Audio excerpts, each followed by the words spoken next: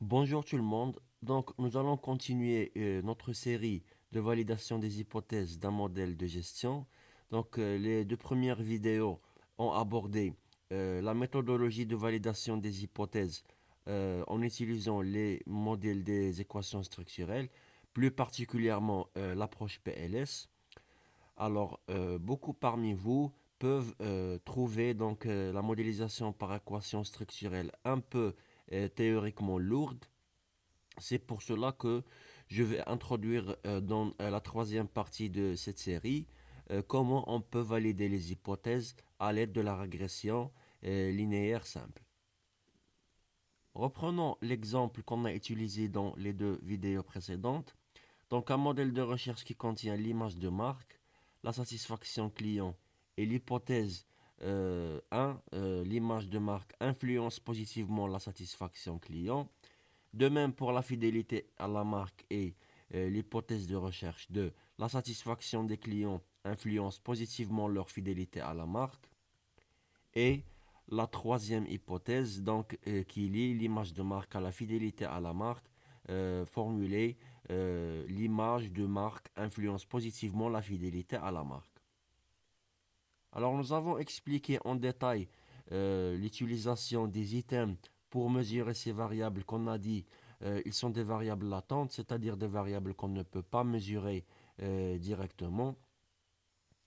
Maintenant, donc, pour pouvoir utiliser la régression simple, je vais remplacer les 5 items de l'image de marque par leur moyenne. C'est-à-dire, ici, on a 5 items, donc je vais sommer les items et diviser par 5 pour avoir une seule valeur qui représente l'image de marque. La même chose pour la satisfaction client, donc nous allons avoir euh, la moyenne des 4 items utilisés pour mesurer la satisfaction client, de même pour la fidélité à la marque.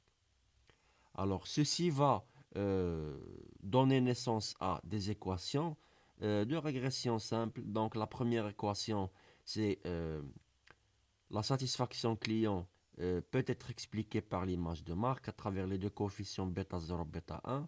De même pour la fidélité à la marque et l'image de marque. Donc, la fidélité à la marque peut être expliquée par l'image de marque à l'aide des deux coefficients bêta 0 de prime, bêta 1 de prime et la fidélité à la marque peut être expliquée par l'image de marque en utilisant bêta 0 prime et bêta prime 1.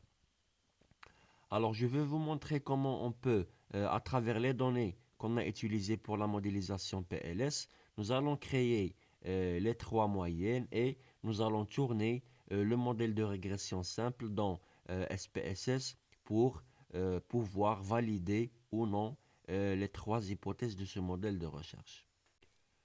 Alors voici le fichier qui contient les réponses collectées à travers tous les items qu'on a. La première chose qu'on va faire, nous allons créer une nouvelle variable qui est la moyenne de ces cinq variables, de im1 jusqu'à im5.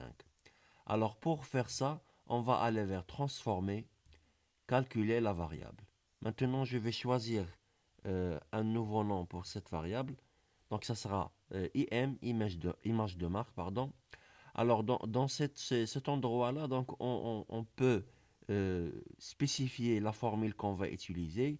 Nous allons ici dans le groupe de fonctions statistiques et nous allons choisir min, c'est-à-dire la moyenne.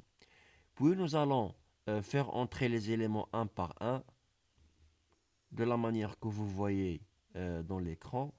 On ajoute un virgule, on fait entrer le troisième item, etc. La méthode est très simple en utilisant SPSS. Vous n'avez pas besoin d'écrire un programme, seulement manipuler donc une interface qui est très simple.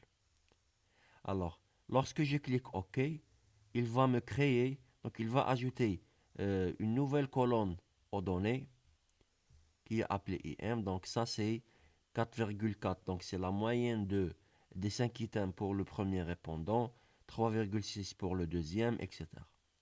Je vais faire la même chose pour les autres items de la même manière. Donc ici, je vais spécifier ça. Ça sera pour la satisfaction client. Et je vais choisir ici la famille de fonctions statistiques et je choisis la moyenne en double-cliquant. Alors, je vais faire entrer les items de la satisfaction client un par un. Nous avons 4 items. De la même manière, donc on clique OK et on remarque ici qu'on a ajouté une autre colonne qui contient la moyenne pour la satisfaction client. Alors, il nous reste seulement la dernière variable qui est la fidélité à la marque. Donc, la fidélité à la marque contient 3 items. Donc, je vais choisir le nom FM, famille de fonctions statistiques, moyenne, et je vais entrer les items. Alors, les items doivent être séparés par des virgules pour pouvoir calculer correctement la moyenne. Alors, voici les 3 variables qu'on va utiliser. Maintenant, nous allons essayer d'ajuster 3 modèles de régression linéaire. Alors, pour faire ça, donc, analyse régression linéaire. Alors, pour la première hypothèse, on ajoute la satisfaction client comme variable qu'on cherche à expliquer. Et variable explicative, ça sera la variable indépendante ou la variable explicative, c'est-à-dire l'image de marque. Ici, pour les statistiques, donc, on ne va pas s'intéresser vraiment à beaucoup de choses. On a seulement besoin de voir le résultat du test student. Alors ici, pour le récapitulatif de modèle, donc c'est un modèle qui n'est pas très bon parce que le R carré est très bas. Alors, ce qu'on est en train de chercher ici, c'est le degré de signification du coefficient IM. Donc, voici le tableau qui contient les coefficients. Alors, bêta 0, c'est 3,67 et IM, le coefficient, c'est-à-dire bêta 1, c'est moins 0,06. Alors, ici, la valeur sig, c'est-à-dire signification, pour le coefficient IM, c'est 0,833, c'est la p-value. Alors, c'est beaucoup plus supérieur à 0,05, ce qui veut dire que le coefficient n'est pas significatif, c'est-à-dire la régression nous a donné donc un modèle qui n'est pas, pardon, un coefficient qui n'est pas significatif, ce qui veut dire que l'hypothèse ne sera pas validée. Alors, pour que votre hypothèse soit validée, il faut avoir ici dans la signification une valeur qui est inférieure à 0,05. Bien sûr, si vous avez spécifié au préalable un seuil d'erreur, alpha est égal à 5%. Je vais faire la même chose. Donc, remarquons ici qu'on peut obtenir des résultats différents en utilisant les deux approches. Donc, pour la régression PLS, nous avons réussi à valider les hypothèses, mais pour la régression simple, ce n'était pas le cas. Alors, pourquoi? Parce que, franchement, donc, la modélisation par équation structurelle est beaucoup mieux euh, structurée pour modéliser les données d'un modèle de gestion. Pour la régression simple, c'est une approche qui est simple, qui est facile, mais qui n'est pas vraiment très fiable en comparaison avec l'approche PLS. Mais ici, donc, je suis en train de vous montrer comme ça, donc, vous avez le choix entre les deux méthodes.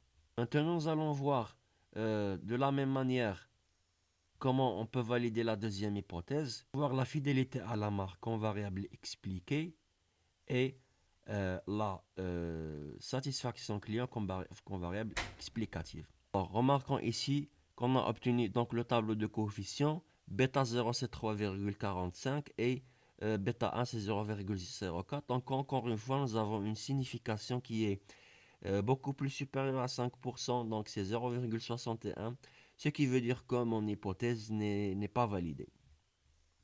Pour la dernière hypothèse, donc c'est la fidélité à la marque.